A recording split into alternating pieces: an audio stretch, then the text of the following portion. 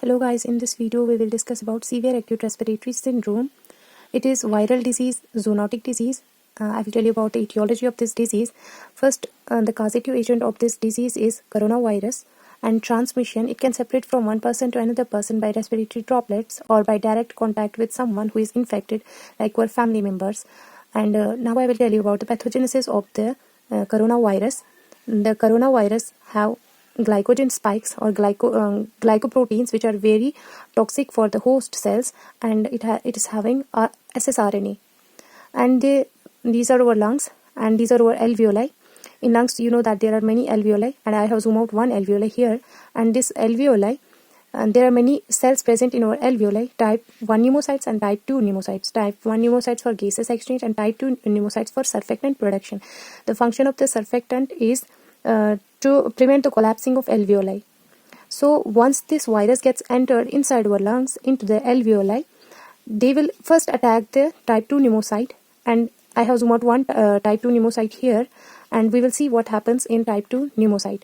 This virus will bind with the type 2 pneumocyte receptor, that is angiotensin converting enzyme E2, and this glycogen spikes will interact with it and enter inside the cell of pneumocyte. Once it will enter inside this, first they will this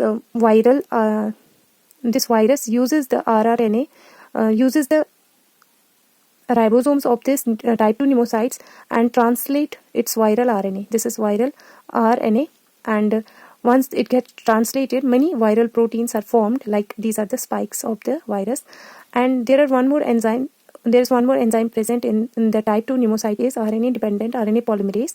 It will help this virus to make multiple copies of rRNA, and they will make the new multiple copies of the viruses. And once this pneumocyte gets injured, it will start producing cytokinins 1, cytokinin 6, and tumor necrotic factor alpha. And these cytokinins call the macrophages and neutrophils that there is something wrong happening in our alveoli, come and help us, like this. So they will call macrophages and neutrophils. For that sake, the permeability of vessels will increase, and more fluid will come out of the blood vessels, enter inside the alveoli, and collapsing pressure of the alveoli will increase.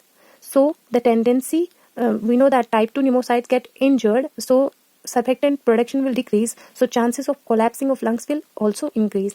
So patient, the symptom comes here, working of breathing will increase. And the second one is, once this neutrophils and macrophages comes inside our alveoli, they release reactive oxygen species. These reactive oxygen species try to kill the virus, but also unfortunately it will cause injury to the type 1 pneumocyte. And when the type 1 pneumocyte gets injured, as I told you that the function of the type 1 pneumocyte is gas exchange, and once this reactive oxygen species cause injury to type 1 pneumocytes, the gases exchange will not occur properly, and patient will feel difficulty in breathing. And the third one is, these cytokinins in cytokinin 1 and cytokinin 6, they get released and they reach to the hypothalamus, and hypothalamus will produce PGE2, prostaglandin E2, and helps to increase the temperature of the body, or we can say fever. The third symptom is fever. And you know that once and also these cytokinins, they act on the blood vessels, and the endothelial gaps will increase, and more fluid will come out of the blood vessels, and the volume of the blood in the blood vessels will decrease, and patient septic shock will occur in patient, or hypotensive. So these are the symptoms in the coronavirus. And there is a drug that is called remdesivir.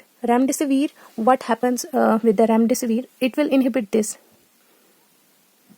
Remdesivir, it will inhibit this RNA dependent DNA polymerase. Once it will affect this, it will not form multiple copies of the virus. So this is the one way to prevent the coronavirus. Thanks for watching.